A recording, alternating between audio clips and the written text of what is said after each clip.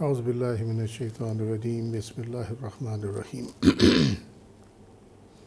سبحان اللہ والحمد للہ ولا الہ الا اللہ واللہ اکبر ولا حول ولا قوة الا باللہ العلی العظیم اللہم صلی علی سیدنا محمد وعلی آل سیدنا محمد وبارک وسلم وصلی علی جمیع الانبیاء والمرسلین۔ السلام علیکم ورحمۃ اللہ وبرکاتہ۔ شرح صحیح بخاری کتاب الاجارہ چیپٹر 11 حدیث نمبر 2271۔ یہ حدیث پچھلی والی حدیث ہی ہے 558 میں گزر چکی ہے، اور اس کی سگنیفیکنس اس باب میں یہ ہے کہ کسی شخص کو عصر سے لے کر رات تک اجرت پر رکھنا جائز ہے، یعنی جس کو ہم کہتے ہیں نا پارٹ ٹائم۔ پارٹ ٹائم اگر کوئی کسی کو ملازم رکھتا ہے تو وہ جائز ہے۔ اس حدیث شریف سے اتنا ہی ہے۔ باقی وہ تینوں امتوں کے بارے میں حدیث شریف ہے جو ہم پچھلے اس میں ڈسکس کر چکے ہیں۔ اور جہاں تک تعلق ہے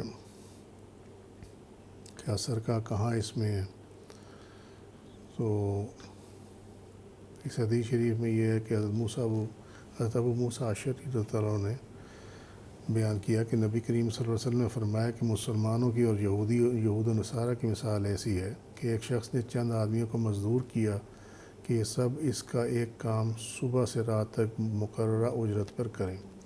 چنانچہ کچھ لوگوں نے یہ کام دوپہر تک کیا، پھر کہنے لگے کہ ہمیں تمہاری اس مزدوری کی ضرورت نہیں جو تم نے ہم سے طے کی ہے، بلکہ جو کام ہم نے کر دیا وہ بھی غلط رہا۔ اس پر اس شخص نے کہا ایسا نہ کرو، اپنا کام پورا کرو، اپنی پوری مزدوری لے جاؤ، لیکن انہوں نے انکار کر دیا اور کام چھوڑ کر چلے گئے، یعنی وہ کتاب سے ہٹ گئے۔ آخر اس نے دوسرے مزدور لگائے اور ان سے کہا کہ باقی دن پورا کر لو تو میں تمہیں وہی مزدوری دوں گا جو پہلے مزدوروں سے طے کی تھی۔ یہود اصل میں انبیاء اور اللہ کی کتاب اس تمام راستے کو چھوڑ گئے، انہوں نے کام مکمل نہ کیا۔ پھر آگے یہ نصارہ حضرت عیسیٰ علیہ السلام کی امت، چنانچہ انہوں نے کام شروع کیا، لیکن عصر کی نماز کا وقت آیا تو انہوں نے بھی یہی کیا جو کہ ہم نے جو تمہارا کام کر دیا وہ بالکل بیکار رہا، یعنی وہ بھی یہود بھی انہوں نے بیٹا بنا لیا تھا، نصرانیوں نے بھی بیٹا بنا لیا، وہ مزدوری بھی تم اپنے پاس ہی رکھو جو تم نے ہم سے طے کی تھی۔ اس شخص نے ان کو سمجھایا کہ اپنا باقی کام پورا کرو، دن بھی اپن تھوڑا ہی باقی رہ گیا ہے، یعنی زمانہ دنیا کا جو وقت ہے وہ تھوڑا باقی رہ گیا، لیکن وہ نہ مانے۔ آخر اس شخص نے دوسرے مزدور لگائے کہ یہ جو دن کا باقی حصہ رہ گیا ہے اس میں یہ کام کر دیں۔ چنانچہ ان لوگوں نے سورج غروب ہونے تک دن کے بقیہ حصے میں کام پورا کیا، اور پہلے اور دوسرے مزدوروں کی مزدوری بھی سب انہی کو ملی، یعنی وہ جتنے شرائف بنی اسرائیل کو حاصل تھے اللہ تعالیٰ نے وہ تمام امت محمدی صلی اللہ علیہ وسلم کو عطا کر دیے۔ تو مسلمانوں نے کی اور اس نور کی جس کو انہوں نے قبول کیا یہی مثال ہے۔ آگے آیت ہے باب 12۔ یہ باب ہے اس سے متعلق کہ اگر آپ کے پاس کسی نے کام کیا اور وہ کسی وجہ سے آیا نہیں اور اس کی مزدوری آپ کے پاس رہ گئی اور آپ نے وہ مزدوری انویسٹ کر دی، جب وہ انویسٹ کر دی تو یہ کیا ایسا کرنا جائز ہے یا نہیں ہے، اور اگر جائز ہے تو اس کے پھر پیرامیٹرز کیا ہیں۔ حدیث نمبر 2272۔ یہ تین جو لوگ تھے جو غار میں پھنس گئے تھے، اگر یاد ہو ہم نے پہلے یہ حدیث پڑھی ہوئی ہے، تو اس میں ہم صرف جو اس کا ریلیونٹ پورشن ہے اس کو دیکھیں گے کہ وہ جو پتھر غار کے آگے آگے اور انہوں نے اپنا ایک نیک کام جو انہوں نے اللہ کی رضا کے لیے کیا تھا وہ اللہ کے حضور پیش کیا، تو وہ آخر میں وہ چٹان جو تھی یا پتھر جو تھا وہ غار کے منہ سے ہٹ گیا اور یہ لوگ باہر نکل آئے۔ ان میں سے ایک جو تین میں سے ایک شخص تھا، اس نے یہ کی کہ اے اللہ میں نے چند مزدور کیے، پھر سب کو ان کی مزدوری پوری دے دی، مگر ایک مزدور ایسا نکلا کہ وہ اپنی مزدوری ہی چھوڑ گیا، میں نے اس کی مزدوری کو کاروبار میں لگا دیا اور بہت کچھ نفع حاصل ہو گیا۔ پھر کچھ دنوں کے بعد وہی مزدور میرے پاس آیا اور کہنے لگا اللہ کے بندے مجھے میری مزدوری دے دے۔ میں نے کہا یہ جو کچھ تو دیکھ رہا ہے، اونٹ، گائے، بکری اور غلام، یہ سب تمہاری مزدوری ہی ہے۔ وہ کہنے لگا اللہ کے بندے مجھ سے مذاق نہ کر. میں نے کہا مذاق نہیں کرتا. چنانچہ اس نے سب کچھ لے لیا اور اپنے ساتھ لے گیا, ایک چیز بھی اس میں سے باقی نہیں چھوڑی. اس حصے کی وجہ سے امام بخاری نے اس کو اس ٹاپک کے انڈر دیا ہے کہ اگر آپ کسی کی مزدوری آپ کے پاس باقی رہ گئی ہے اور وہ مزدوری آپ انویسٹ کر دیں تو وہ جائز تو ہے, لیکن جب واپس آئے گا تو پھر آپ اس کو اس کی مزدوری جمع جو بھی اس پہ منافع آپ نے کمایا ہے وہ آپ اس کو دیں گے, وہ آپ استعمال نہیں کر سکتے کیونکہ اس کی چیز پہ کمایا ہے وہی آپ کو دیں وہ آپ کو اس کو دینی پڑے گی. ہاں وہ اگر اپنی طرف سے خود دے جائے کہ جی آپ نے بھی کام کیا تھا تو اس میں سے آپ یہ آپ رکھ لیں, وہ لینا جائز ہوگا, لیکن آپ اسے ڈیمانڈ نہیں کریں گے. اس حدیث کے مطابق یہی ہے. چیپٹر 13 یہ بوجھ اٹھانے کی مزدوری کے متعلق ہے. 2273 نمبر حدیث شریف ہے. ابو مسعود انصاری رضی اللہ عنہ نے کہا کہ رسول اللہ صلی اللہ علیہ وسلم نے جب ہمیں صدقہ کرنے کا حکم دیا تو بعض لوگ بازاروں میں جا کر بوجھ اٹھاتے جن سے ایک مد مزدوری ملتی. آج ان میں سے کسی کے پاس لاکھ درہم یا دینار موجود ہیں. شفیق نے کہا میرا خیال ہے کہ ابو مسعود انصاری رضی اللہ عنہ نے کسی سے اپنے ہی تئیں مراد لی, یعنی وہ کسی سے مراد یہ تھی کہ اپنی ہی بات کر رہے تھے. اب اس میں تین چیزیں ہیں. ایک چیز تو یہ ہے جو کہ ہیڈ باپ کے عنوان کے مطابق ہے کہ بازار میں جا کر بوجھ اٹھانا اور اس سے جو مزدوری حاصل ہونا یہ جائز ہے, نمبر ایک. نمبر دو یہ ہے اس میں کہ صدقہ, نبی کریم صلی اللہ علیہ وسلم نے صدقہ کا حکم دیا, وہ جو مزدوری ملتی تھی وہ بھی وہ صدقے میں دے دیتے تھے. تو اللہ تعالیٰ نے جیسے فرمایا کہ اللہ تعالیٰ صدقات کو بڑھاتا ہے اور سود کو گھٹاتا ہے. سو اس کا رزلٹ یہ ہوا کہ اس میں اتنی برکت ہوئی, بعد میں اللہ تعالیٰ نے ان کو اپنے فضل سے اتنا عطا فرمایا کہ جب مد مزدوری کی گنجائش نہیں ہوتی تھی تو کہاں ان کے پاس لاکھ درہم و دینار جو ہیں وہ اللہ تعالیٰ نے ان پہ فضل و کرم فرمایا, ان کو عطا کیا. تو صدقات بڑھتے ہیں, اس میں کوئی شک نہیں ہے. یہ ہمارے دلوں کی تنگی ہے جو ہم کہتے ہیں ہم نے جیب میں سے دے دیا اللہ کی راہ میں تو ہمارے پاس کیا بچے گا. ہم یہ بھول جاتے ہیں کہ اللہ تعالیٰ الباسط ہے اور وہ رزق کو پھیلانے والا ہے, رزق کو کشادہ کرنے والا ہے. ہماری اپنی سوچیں ہمارے جڑوں میں بیٹھ جاتی ہیں. اور یہ ہے کام جو ہم نے سورۃ النساء آیت نمبر 119 کی الطاولۃ صوفیہ میں دیکھا کہ شیطان گمراہ کرتا, جھوٹی امیدیں دلاتا اور اللہ کی تخلیق کو بدلنے کا حکم دیتا ہے, جانور کے کان پھاڑنے کا حکم دیتا ہے. یہ ساری تمام چیزیں اس میں ہیں. یہ گمراہی, اور اس میں انشاءاللہ تعالیٰ وہ آئیں گے اس کے اس پہ ارادہ ہے کہ اللہ توفیق دے تو میں اس کو اس آیت کو فردر ہم ڈسکس کریں گے. وہ بہت ضروری ہے کیونکہ ہماری زندگیوں میں جو 24 گھنٹے ہیں 24 گھنٹے میں سے سونے کے علاوہ وہ تمام چیزیں جو ہیں وہ, اور بلکہ کئی جگہوں پہ تو سونے کے اندر بھی ہم لوگ گمراہ وہ کرتا ہے لیکن اعمال ہم خود کرتے ہیں. ہمیں یہ سمجھنے کی ضرورت ہے. تو اللہ تعالیٰ رحم فرمائے. اگلا معاملہ ہے بروکرز کمیشن کا, چیپٹر 14. اور سمسرہ بروکر کو کہتے ہیں اور اس کی دلالی کی اجرت لینا.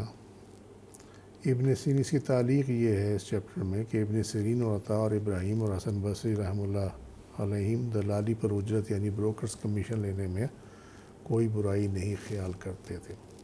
یہ امپورٹنٹ سبجیکٹ ہے بہت. اس تعلیق کی جو اصل ہے وہ یہ ہے کہ حضرت حکم, حضرت ابراہیم اور حضرت ابن سیرین رحمہ اللہ علیہ مجمعین فرماتے ہیں کہ اگر نقد خریدے تو کمیشن ایجنٹ کی اجرت دینے میں کوئی حرج نہیں ہے. مصنف ابن ابی شیبہ 22500. حضرت لیث فرماتے ہیں کہ میں نے حضرت عطا سے کمیشن دینے کے متعلق دریافت کیا, آپ نے فرمایا اس میں کوئی حرج نہیں ہے. مصنف ابن ابی شیبہ 22501. ایک بات تو یہ ہو گئی کہ کمیشن اگر درمیان میں کوئی آدمی ہے اور وہ اپنا کمیشن چارج کرتا ہے تو یہ غلط نہیں ہے, لیکن اس کمیشن ایجنٹ بننا جو ہے اصل مسئلہ وہاں پہ آتا کہ کیا اس کا کمیشن ایجنٹ بننا جائز بھی ہے یا نہیں ہے. جیسے کچھ درس پہلے مثال دی تھی جو ایل پی جی قطر سے امپورٹ ہو رہی ہے، اس کے اندر کمیشن ایجنٹ یا درمیان کی جو کمپنی تھی وہ بننے کی کوئی ضرورت نہیں تھی. وہ گورنمنٹ ٹو گورنمنٹ آرام سے ڈائریکٹ ڈیل ہو سکتی تھی، اس میں کوئی مسئلہ نہیں تھا. لیکن وہ اپنے کھانچے لگانے کے لیے، ٹانکے لگانے کے لیے وہ پھر اپنا بروکر وہاں پہ بروکریج ہاؤس بروکر کمپنی بنا دیتے ہیں بیچ میں. یہ ناجائز ہے. ایک کاروبار ہے، آپ نے ایک وہ آپ کا ارینجمنٹ ہے ان کے ساتھ، وہ کہتے ہیں جی آپ ہمارا مال بیچیں، آپ وہ مال آگے بیچتے ہیں، یہ ایک ارینجمنٹ کے تحت ہے، آپ کرتے ہیں، ٹھیک ہو گئی بات. لیکن یہ زبردستی اندر جب کہ اس کی کوئی ضرورت نہ ہو، وہاں پہ یہ چیز ناجائز ہو جاتی ہے. یہ سمجھنے کی بات ہے. ابن عباس نے فرمایا اگر کسی سے کہا جائے کہ یہ کپڑا اتنی قیمت بیچ لا، جتنا زیادہ ہو وہ تمہارا ہے، تو اس میں کوئی حرج نہیں. اب یہ پری ارینجمنٹ ہے کہ پہلے بات یہ طے ہو گئی ہے کہ یہ چیز ہے، یہ 100 روپے کی بیچنی ہے، تو اگر یہ تم اس سے اوپر 105 کی بیچ دو یا اس سے اوپر جتنا بھی بیچ دو تو وہ تمہارا ہو گیا، تو اس کے اندر کوئی حرج نہیں ہے. لیکن اگر بندہ یہ کہے کہ مجھے اس نے دیا تھا اور اس نے کہا جی 100 روپے کا بیچ لو، اور 100 روپے کا اگر بکے تو اس میں سے میرے 1 روپیہ میری کمیشن ہے، لیکن وہ کرے کیا، وہ کرے جا کے کہ یہ 100 روپے کی چیز کو 105 110 میں بیچ دے، اور وہ چپ کر کے وہ جو اوپر کا جو آیا 5 روپے آئے یا 10 روپے آئے وہ اس کو بھی جیب میں ڈال لے. یہ حرام ہے، اس کی اجازت نہیں ہے. اجازت اس کی ہے کہ اگر یہ ارینجمنٹ آپ کا پہلے سے ہی مالک کے ساتھ ہو، مالک آپ کو اجازت دے کہ آپ جا کر اتنے میں بیچ دیں، اس سے اوپر اگر یہ بک جائے تو جو اوپر ہوگا وہ تمہارا ہوگا، اس میں یہ حلال ہے، اس کے اندر یہ جائز ہے، ادروائز یہ حرام ہے. ابن سیرین نے فرمایا کہ اگر کسی نے کہا کہ اتنے بیچ دے، جتنا نفع ہوگا وہ تمہارا ہے، یا یہ کہا کہ میرے اور تمہارے درمیان تقسیم ہو جائے گا، تو اس میں بھی کوئی حرج نہیں. یہ بھی پری ارینجمنٹ میں آ جاتا. نبی کریم صلی اللہ علیہ وسلم نے فرمایا کہ مسلمان اپنی طے کردہ شرائط پر قائم رہیں گے. نبی کریم صلی اللہ علیہ وسلم کا یہ جو قول مبارک ہے، یہ سنن ابی داؤد کتاب العقدیہ چیپٹر 12 حدیث کا نمبر 3594 سے ہے، جو کہ حضرت ابو ہریرہ رضی اللہ عنہ کی روایت ہے کہ مسلمانوں کے درمیان مصالحت جائز ہے، آپ صلی اللہ علیہ وسلم نے فرمایا. اور اس میں اضافہ یہ ہوا ہے کہ اس قول میں سوائے اس صلح کے جو کسی حرام شے کو حلال یا کسی حلال شے کو حرام کر دے. اور اس میں فردر اس روایت میں اضافہ یہ کیا گیا ہے کہ نبی کریم صلی اللہ علیہ وسلم فرمایا مسلمان اپنی شرطوں پر قائم رہیں گے. اب اس حدیث شریف میں جتنے کام ہیں ہم سارے اس کو الٹ ہی کرتے ہیں.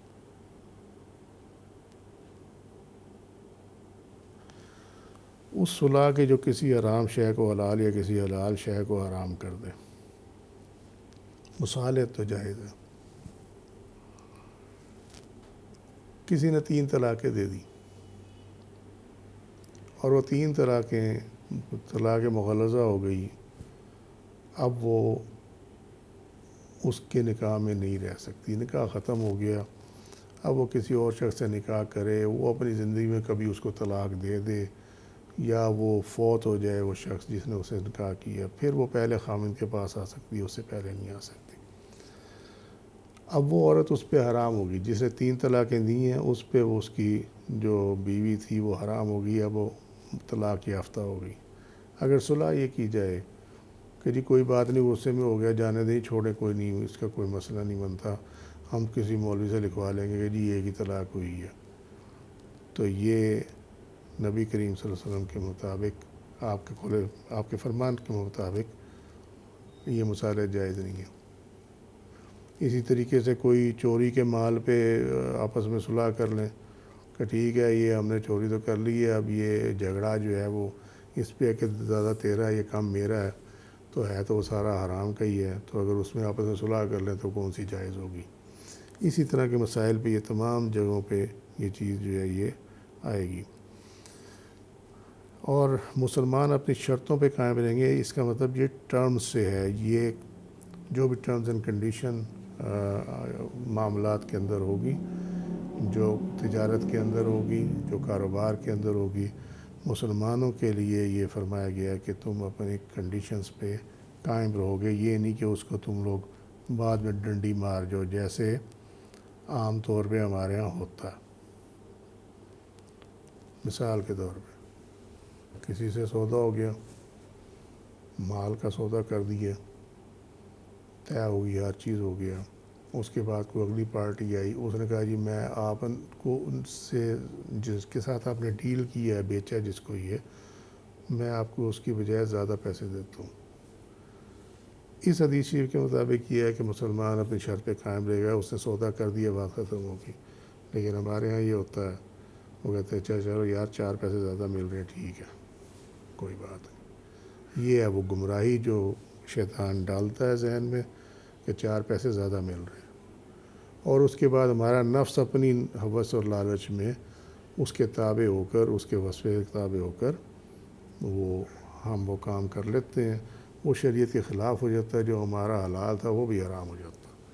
وہ اس طرح حرام ہو جاتا ہے کہ جب آپ پاک چیز کے اندر کوئی ناپاکی ڈال دیں گے تو وہ جو پاک تھی وہ بھی کسی قابل نہیں رہتی، وہ اس طرح حرام ہو جائے گا۔ لیکن جب قیامت کے دن وہ پیش ہوگا، وہ کیا کہے گا؟ وہ کہے گا جی میں نے تو مشورہ دیا تھا نا کہ 4 پیسے بچیں گے، نہ کرتا یہ، میں نے تھوڑی کہا تھا کر اس کو، اس نے پسند کیا، اس کو مزہ آیا اس کا، اس نے اپنا مفاد نظر آیا، اس نے وہ کام کر لیا۔ تو اس جو آیت ہے 119 نمبر، اس کی بہت ڈیپتھ ہے، انشاءاللہ تعالیٰ ہم وہ کریں گے اگر اللہ نے توفیق دی تو۔ حدیث نمبر 2274، یہ 2158 میں گزر چکی ہے، لیکن اس کو ریپیٹ کرنا بہتر ہے۔ یہ حضرت ابن عباس رضی اللہ عنہ کا قول مبارک ہے، روایت ہے ان کی کہ نبی کریم صلی اللہ علیہ وسلم نے قافلوں سے ملاقات کرنے سے منع فرمایا، یعنی وہ جو تجارتی قافلے اپنا مال لے کر آتے تھے، تو جو ہم پہلے بھی ڈسکس کیا تھا کہ منڈی سے باہر جا کر، شہر سے باہر جا کر ان سے وہیں پہ ڈیل کر لینا، اور مال کو منڈی تک نہ آنے دینا، اپنی مرضی سے پھر اپنے ریٹ پہ لے کر آ دینا، اور یہ کہ شہری دیہاتی کا مال نہ بیچیں۔ میں نے پوچھا ہے اپنے عباس رضی اللہ عنہ، شہری دیہاتی کا مال نہ بیچے کیا مطلب؟ انہوں نے فرمایا کہ ان کے دلال نہ بنے۔ یہاں معاملہ یہ ہے کہ دلال یعنی بروکرز کمیشن کی 2 اقسام ہیں، ایک اجارہ اور ایک ہے جعالہ۔ علامہ ابن تین نے کہا کہ دلال کی اجرت کی 2 اقسام ہیں، ایک اجارہ نمبر 1، وہ یہ ہے کہ بیع کی مدت معین ہو، یعنی وہ جو آپ کی بزنس ٹرانزیکشن ہے اس کی مدت معین ہو فروخت کے لیے، اور وہ اس مدت میں فروخت کرنے کی کوشش کرے۔ اگر اس نے اس مدت میں اس سے پہلے اس کو فروخت کر دیا تو وہ اپنے حساب سے اجرت لے گا، اور اگر مدت پوری ہوگی تو پوری اجرت لے گا۔ یہ ٹائم فریم، جہاں ہم کہتے ہیں نا کہ جی یہ آپ کے پاس ٹائم ہے، 1 مہینے کے اندر اندر آپ اس کو بیچ دیں، یہ ہے وہ معاملہ۔ تو یہاں یہ جو بروکرز کمیشن ہے اس کو ہم کہیں گے کہ یہ اجارہ ہے، اجرت لے گا وہ۔ جعالہ یہ ہے کہ وقت مقرر نہ ہو، مدت مقرر نہ ہو، بلکہ اجرت کا مستحق اس وقت ہوگا جب کام مکمل ہوگا۔ وہاں پہ ٹائم فکس ہے، یہاں پہ ٹائم فکس نہیں ہے، اور جب کام مکمل ہوگا تو پھر اس کو بروکر کمیشن مل جائے گا۔ اب معاملہ یہ ہے کہ ترجمۃ الباب میں جتنی بھی ہم نے تعلیق پیچھے دیکھی ہیں اس سے ثابت یہ ہے کہ دلال کی اجرت یعنی بروکرز کمیشن جو ہے وہ جائز ہے۔ یہ جو حدیث ہے 2274، اس میں یہ ہے کہ دلال نہ بنے، یہ پیکیولر کیس ہے، اور یہ اس میں اس سرکمسٹانسز میں آتا ہے کہ جہاں، جیسا میں نے پہلے بات کی کہ وہ شہر سے باہر یا منڈی سے باہر ان کے ساتھ مکمل کر لیتے ہیں، ریٹ طے کر لیتے ہیں، پھر منڈی میں وہ بروکر اپنا ریٹ وہاں پہ لگا کے اس کو بیچتا ہے، اس سے منع کیا گیا۔ اور یہ بڑی ڈیٹیل میں ہم یہ پہلے ڈسکس کر چکے ہیں۔ لب الباب اس کا یہ ہے کہ یہ استحصال ہے کسانوں کا بھی جو مال لے کر آ رہے ہیں، اور یہ استحصال ہے اینڈ یوزر کا بھی، یعنی جو یہاں پہ کنزیومر ہے جس نے وہ چیز استعمال کرنی ہے۔ کسان کو کم ملے گا، کیونکہ جب وہ بروکر بیچ میں آئے گا تو وہ اپنی ایڈیشن کے ساتھ اس کو ویلیو ایڈ کر کے بیچے گا، اور جب وہ بیچے گا تو اس کا مطلب ہے کہ جو جس نے وہ خریدنی ہے اس کو مہنگی ملے گی. سو دونوں سائڈوں پہ استحصال ہے. اس وجہ سے اس کو، اس پیکولر کیس کو، کہ جہاں پہ منڈی سے باہر وہ سودا کر لینا اس کا، جس کو ہم آڑتی کہتے ہیں، اور اس کے بعد وہ اب آڑتی جو ہے وہ اپنے پیسے اس میں ڈال کے کہ یہ اتنا پروفٹ میرا ہے، اس کے بعد اس کو بیچ دے. پتہ یہ چلا کہ جو آڑتی ہے اس نے اچھا خاصا کما لیا، جنہوں نے پورے سال محنت کی، 6 مہینے محنت کی، ان کو کم ملا، اور جن کو کم ریٹ پہ ملنا چاہیے تھا، اینڈ یوزر جو تھا، ان کو مہنگا ملا، وہاں مہنگائی ہو گئی. سو اس تمام فیکٹرز کی وجہ سے یہ جو حدیث شریف ہے اس میں یہ دلال نہ بننے کا حکم موجود ہے. امام ابو حنیفہ نے دلال کی جس اجرت کو مکروہ قرار دیا ہے ان کا تعلق بھی انہی قسم کے مخصوص حالات سے ہے. یعنی یہ ایک ٹرمز اینڈ کنڈیشن کہ جس کی وجہ سے مہنگائی ہو جائے، جس کی وجہ سے جو اصل اس کا حقدار تھا، یعنی اگر وہ کسان تھا تو کسان، یا مینوفیکچرر تھا تو مینوفیکچرر، یا وہ جس کی زمین یا پراپرٹی تھی وہ اصل جو حقدار تھا اس کو حق کم ملے، اور جس نے خریدنا تھا اس کو چیز مہنگی ملے. یہ جو سرکمسٹانسز ہیں اس میں یہ بروکرز کمیشن یا کمیشن ایجنٹی یا دلال بننا یہ جائز نہیں ہے. یہ حدیث شریف اس کے لیے ہے. نیز امام ابو حنیفہ نے دلال کی اس اجرت سے منع کیا ہے جو مجہول یعنی نامعلوم ہو، اور جو اجرت معلوم ہو اور معین ہو وہ ان کے نزدیک ممنوع نہیں ہے. یعنی پری ڈیٹرمنڈ ہو کہ یہ اتنے آپ کو اتنے % کمیشن ملے گی، یا اتنے روپے کمیشن ملے گی، یا اتنے آنے کمیشن ملے گی، اور اتنے مدت کے اندر ملے گی، یا جو بھی واٹ ایور. یہ پری ڈیٹرمنٹ ہو تو پھر ٹھیک ہے، ادروائز نہیں. لیکن جو معاملے جہاں بھی ہم نے پہلے ڈسکس کیا اس سے، ان حالات کے اندر کسی بھی قسم کی جو ہے گنجائش نہیں ہے، وہاں پہ جو دلالی ہے وہ جائز نہیں ہے. چیپٹر 15 یہ اس کا تعلق جو ہے کہ کیا مسلمان دارالحرب یعنی ایسی جگہوں پہ، حرب تو کہتے ہیں جنگ کو، لیکن دارالکفر جہاں پہ مسلمانوں کی حکومت نہ ہو یا جنگ کا علاقہ ہو، کسی مشرک کی مزدوری کر سکتا ہے. یہ اپلائی کرتی ہے ایکچولی ہمارے جتنے بھی یہ ویسٹ میں لوگ جاتے ہیں، یا جو مسلمان انڈیا میں ہیں، یا ایسے ملکوں میں ہیں مسلمان جہاں پہ مسلمانوں کی حکومت نہیں ہے، تو کیا وہاں پہ وہ کسی غیر مسلم کے یہاں مزدوری کر سکتا ہے؟ یہ حدیث شریف جو ہے وہ اس سے متعلق ہے. یہ 2091 نمبر حدیث میں اس کی شرح گزر چکی ہے، اور وہاں یہ ڈیٹیل سے ہم نے ڈسکس کی تھی. اس کا مقصد صرف اتنا سا ہے اس باب کے اندر کہ فقہا کے مطابق اصل میں یہ جو حدیث شریف ہے اس میں حضرت خباب بن ارت، یہ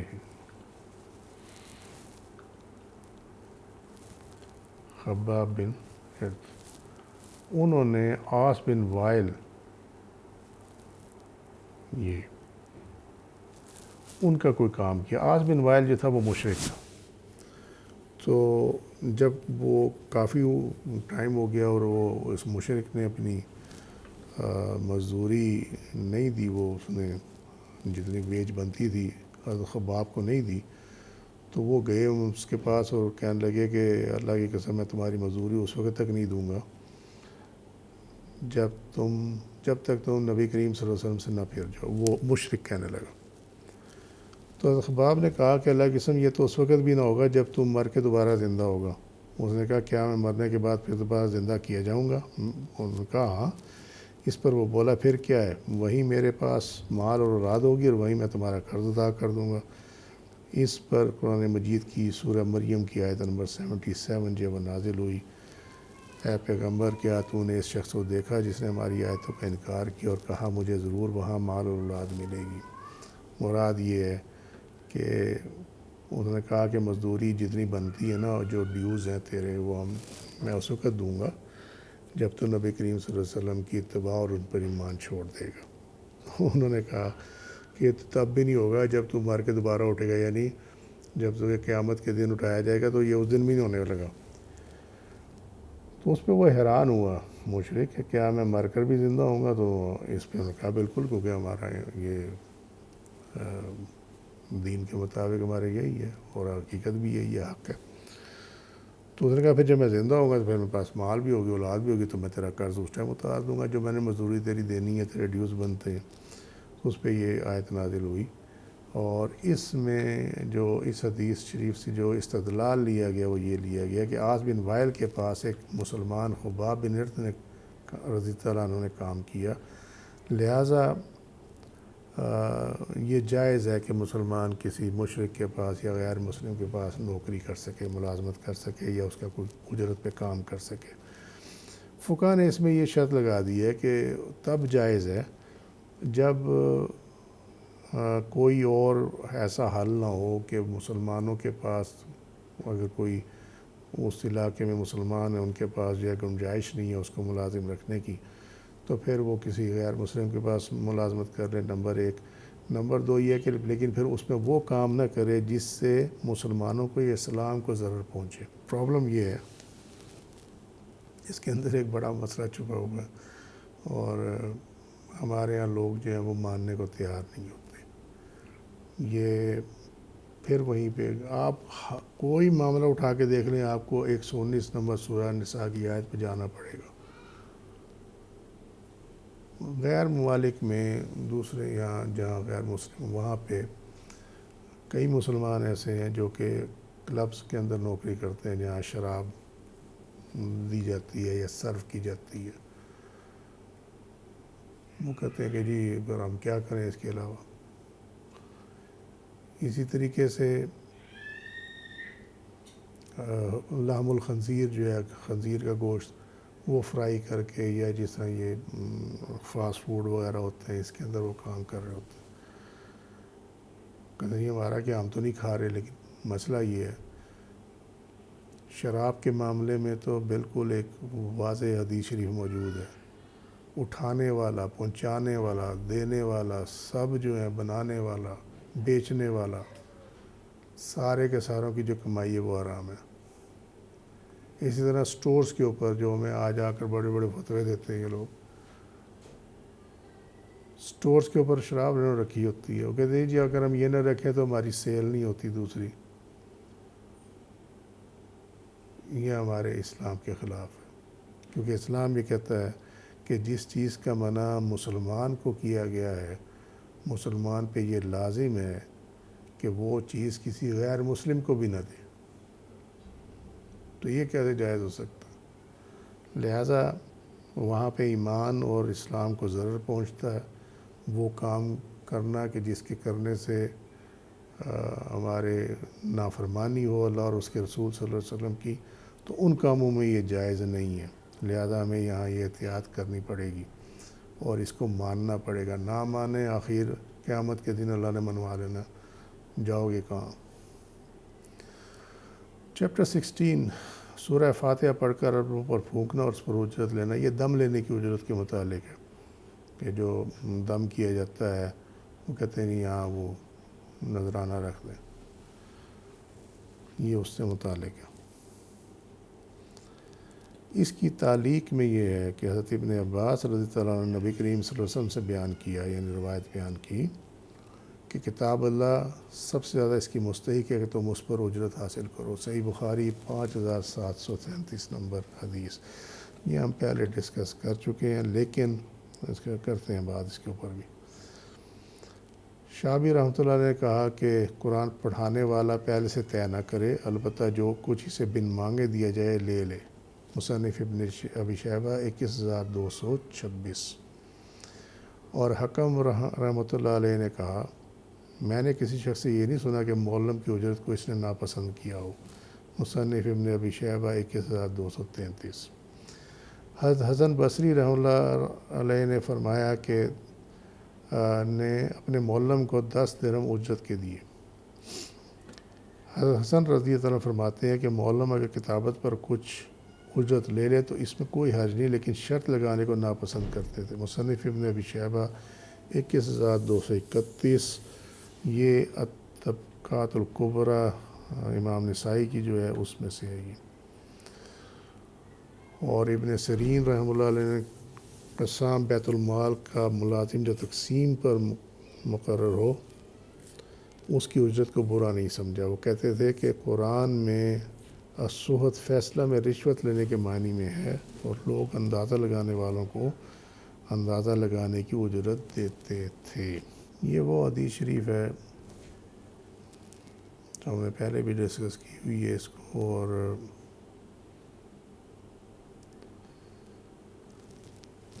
ابو سعید خدری رضی اللہ عنہ نے بیان کیا کہ نبی کریم صلی اللہ علیہ وسلم کے کچھ صحابہ سفر میں تھے رضوان اللہ علیہم اجمعین۔ دوران سفر وہ عرب کے ایک قبیلہ کے پاس اترے۔ صحابہ نے چاہا کہ قبیلے والے انہیں اپنا مہمان بنانے، لیکن انہوں نے مہمانی نہیں کی بلکہ صاف انکار کر دیا۔ اتفاق سے اسی قبیلے کے سردار کو سانپ نے ڈس لیا۔ قبیلہ والوں نے ہر طرح کی کوشش کر ڈالی لیکن ان کا سردار اچھا نہ ہوا۔ ان کے کسی آدمی نے کہا کہ چلو انہی لوگوں سے پوچھ لیتے ہیں جو یہاں آ کر اترے ہیں، ممکن ہے کوئی دم جھاڑنے کی چیز ان کے پاس ہو۔ چنانچہ قبیلہ والے ان کے پاس آئے اور کہا کہ بھائیو، ہمارے سردار کو سانپ نے ڈس لیا ہے، اس کے لیے ہم نے ہر قسم کی کوشش کر ڈالی لیکن کچھ فائدہ نہ ہوا، کیا تمہارے پاس کوئی چیز دم کرنے کی ہے؟ ایک صحابی نے کہا کہ قسم اللہ کی میں سے جھاڑ پھونک جھاڑ دوں گا، لیکن ہم نے تم سے میزبانی کے لیے کہا تھا اور تم نے اس سے انکار کر دیا، اس لیے اب میں بھی اجرت کے بغیر نہیں جھاڑ سکتا۔ آخر بکریوں کے ایک گلے پر ان کا معاملہ طے ہوا۔ وہ صحابی وہاں گئے اور الحمدللہ رب العالمین پڑھ کر دم کیا، ایسا معلوم ہوا جیسے کسی کی رسی کھول دی گئی ہو۔ وہ سردار اٹھ کر چلنے لگا، تکلیف اور درد کا نشان بھی باقی نہ رہا۔ بیان کیا کہ پھر انہوں نے طے شدہ اجرت صحابہ کو ادا کر دی۔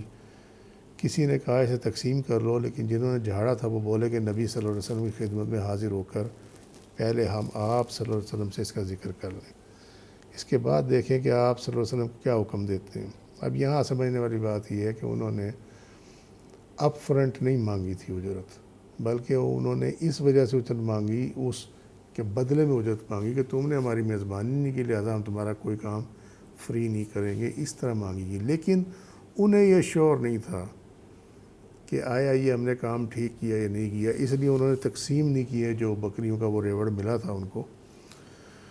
تو انہوں نے کہا کہ نبی کریم صلی اللہ علیہ وسلم سے جا کر عرض کریں گے اور آپ سے پوچھیں گے کہ کیا کرنا ہے اس کا۔ جب وہاں آئے تو آپ صلی اللہ علیہ وسلم فرمایا یہ تم کو کیسے معلوم ہوا کہ سورہ فاتحہ بھی ایک رقیہ ہے؟ رقیہ کہتے ہیں کچھ پڑھ کر پھونکنا، یعنی جس سے دم کیا جا سکے۔ اس کے بعد آپ صلی اللہ علیہ وسلم فرمایا کہ تم نے ٹھیک کیا، اسے تقسیم کر لو اور ایک میرا حصہ بھی لگاؤ۔ یہ فرما کر رسول اللہ صلی اللہ علیہ وسلم ہنس پڑے، یعنی آپ کو اس کی ضرورت نہیں تھی، لیکن آپ نے عذرائے تفنن اس پہ کر دیا تاکہ ان کو یہ ایک احساس ہو کہ ہم نے کام غلط نہیں کیا، کام ٹھیک ہی ہو گیا جو ہوا۔ اب یہ اس میں دو چیزیں اس کے اندر آتی ہیں۔ نمبر ایک تو یہ کہ کیا یہ جو آپ نے فرمایا کہ ٹھیک کیا تم نے، کیا یہ بدلے کے طور پہ اجرت لی وہ ٹھیک کیا، نمبر ایک، اور یا نمبر دو تم نے آؤٹ رائٹلی ٹھیک کیا کہ تمہیں اجرت لینی چاہیے تھی اس کی۔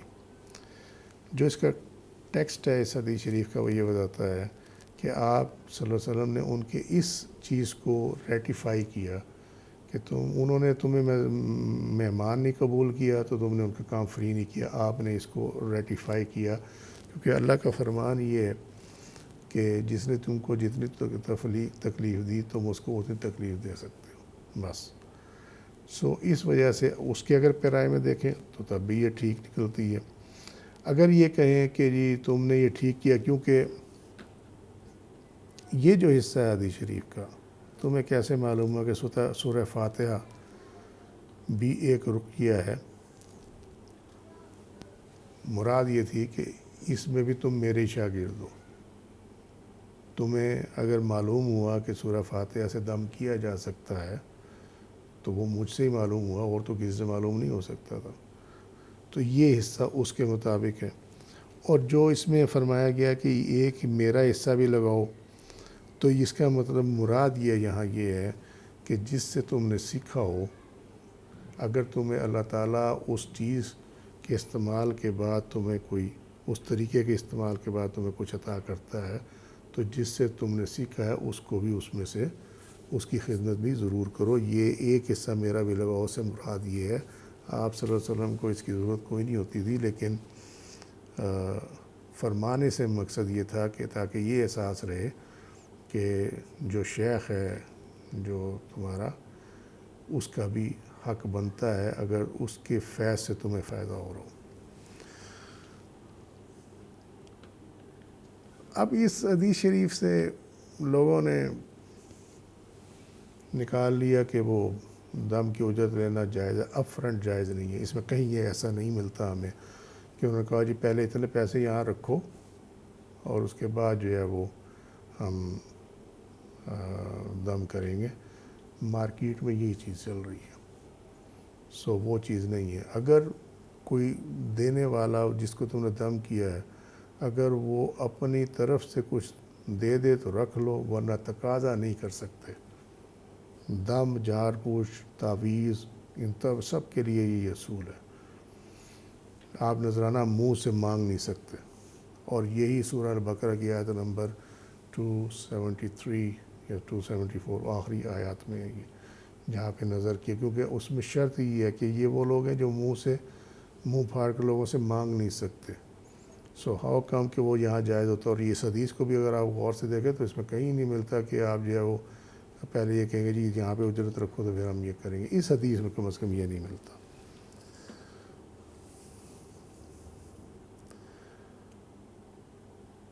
رقیہ ہر وہ کلام جس کو پڑھنے سے درد، خوف یا شیطان یا جادو کے اثر سے شفا طلب کی جائے، اس کو رقیہ کہتے ہیں۔ اچھا، فقہا کا اس میں اختلاف ہے کہ آیا دم کرنے پر اور قرآن مجید کی تعلیم پر اجرت لینی جائز ہے یا نہیں۔ امام مالک، امام شافعی، امام احمد کے نزدیک ان پر اجرت لینے کو جائز کہا ہے۔ امام ابو حنیفہ اور ان کے اصحاب نے کہا کہ تعلیم قرآن پر اجرت لینا جائز نہیں ہے۔ خلاصۃ الفتاویٰ میں مبسوط سے منقول ہے کہ عبادات پر اجرت لینا جائز نہیں، مثلاً قرآن مجید اور فقہ کی تعلیم پر، اذان پر اور وعظ پر اور تدریس پر اور حج پر اور جہاد پر، یعنی ان امور پر اجرت واجب نہیں ہے، اور اہل مدینہ کے نزدیک جائز ہے۔ امام شافعی نے اسی پر عمل کیا ہے۔ امام ابو حنیفہ کے نزدیک نہیں ہے، ان کے اصحاب یعنی امام ابو یوسف، امام محمد کے نزدیک بھی نہیں ہے۔ یہ اگر جائز ہے تو امام مالک، امام شافعی، امام احمد کے نزدیک جائز ہے، ہمارے امام کے نزدیک جائز نہیں ہے، اور یہی بات ٹھیک ہے، اسی بات پہ ہم بھی قائم ہیں۔ مانعین کا استدلال ان حدیث سے ہے۔ حضرت عبد الرحمن بن شبل رضی اللہ عنہ نے مروی ہے کہ نبی صلی اللہ علیہ وسلم کو یہ فرماتے سنا گیا کہ قرآن پڑھا کرو، اس میں حد سے زیادہ غلف نہ کرو، اس سے جفا نہ کرو، اسے کھانے کا ذریعہ نہ بناؤ، اور اس سے اپنے مال اور دولت کی کثرت حاصل نہ کرو۔ مسند احمد، مرویات عبد الرحمن بن شبل، حدیث کا نمبر 15117۔ حضرت عبادہ بن صامت رضی اللہ عنہ کہتے ہیں کہ میں نے آپ صلی اللہ علیہ وسلم کے پاس آیا اور عرض کیا، اللہ کے رسول صلی اللہ علیہ وسلم، میں جن لوگوں کو قرآن پڑھنا لکھنا سکھا رہا تھا، ان میں سے ایک شخص نے مجھے ہدیہ میں یہ ایک کمان دی ہے، اور اس کی کچھ مالیت تو ہے نہیں، میں اس سے اللہ کی راہ میں جہاد کروں گا۔ رسول صلی اللہ علیہ وسلم نے فرمایا، اگر تمہیں پسند ہو کہ تمہیں آگ کا طوق پہنایا جائے تو اس کمان کو قبول کر لو۔ یعنی بتا دیا کہ قبول کرو گے تو یہ بطور آگ کے طوق کے تمہیں پہنایا جائے گا۔ اور وہ ہدیہ کس چیز کا تھا؟ قرآن پڑھنا لکھنا سکھا رہے تھے۔ سنن ابی داؤد کتاب الاجارہ چیپٹر 1 حدیث کا نمبر 3416۔ علامہ مرغینانی یہ صاحب ہدایہ ہیں، یعنی الہدایہ انہی کی ہے۔ ہمارے وہ کہتے ہیں کہ ہمارے بعض مشائخ نے اس زمانہ میں تعلیم قرآن کی اجرت لینے کو جائز قرار دیا ہے، کیونکہ اب امور دینیہ میں سستی ظاہر ہو چکی ہے، اور اس پر اجرت لینے کو منع کرنے سے قرآن کا حفظ کرنا ضائع ہو جائے گا، اور اسی قول پر فتویٰ ہے، جائز نہیں ہے۔ لیکن وہ کہتے ہیں امور دینیہ میں سستی ظاہر ہو چکی ہے، اور اگر اجرت لینے کو منع کیا گیا تو قرآن کا حفظ کرنا ضائع ہو جائے گا، یعنی پھر جن حفاظ کے انڈر یہ قرآن مجید حفظ کیا جاتا ہے وہ پھر حفظ نہیں کرائیں گے، تو جب وہ حفظ نہیں کرائیں گے تو پھر کہتے ہیں وہ قرآن کا حفظ کرنا جو ہے ضائع ہو جائے گا، لہذا اب یہ مجبوری بن گئی ہے، وہ یہ کہتے ہیں۔ تو یہ یاد ہوگا جب ہم نے پہلے بھی اس کو ڈسکس کیا تو اس ٹائم یہی بتایا تھا کہ جائز نہیں ہے، مگر حالات کو سامنے رکھتے ہوئے اس میں گنجائش نکالی گئی ہے فقہ حنفی میں، ادروائز یہ جائز نہیں تھا۔ ہم آج بھی یہ کہتے ہیں کہ رزق کے معاملے میں اللہ پہ بھروسہ کرنا چاہیے۔ اگر آپ رزق کو اٹیچ کر دیں گے اللہ کے کام کرنے میں تو پھر وہ اخلاص سے نکل جاتی ہے بات، اور جب اخلاص سے نکل گئی تو وہ اعمال صالحہ سے نکل گئی، اور جب وہ اعمال صالحہ سے نکل گئی تو پھر قیامت کے دن وہ جو جس کی آپ نے اجرت لے لی ہے جس کام کی، وہ آپ کے کھاتے میں نہیں ہوگا، سمپل ایز دیٹ، اس کے اندر اور کچھ نہیں ہے۔ یہ کہتے ہیں ہدیہ طلب کرنا جائز ہے، بھی معلوم ہو کہ ہدیہ دینے والا خوش دلی اور رغبت کے ساتھ پیش کریں گے، آئی ڈونٹ تھنک سو، یہ آپ کسی کے اندر جھانک کے نہیں دیکھ سکتے، لہذا یہ بات ماننے والی نہیں ہے۔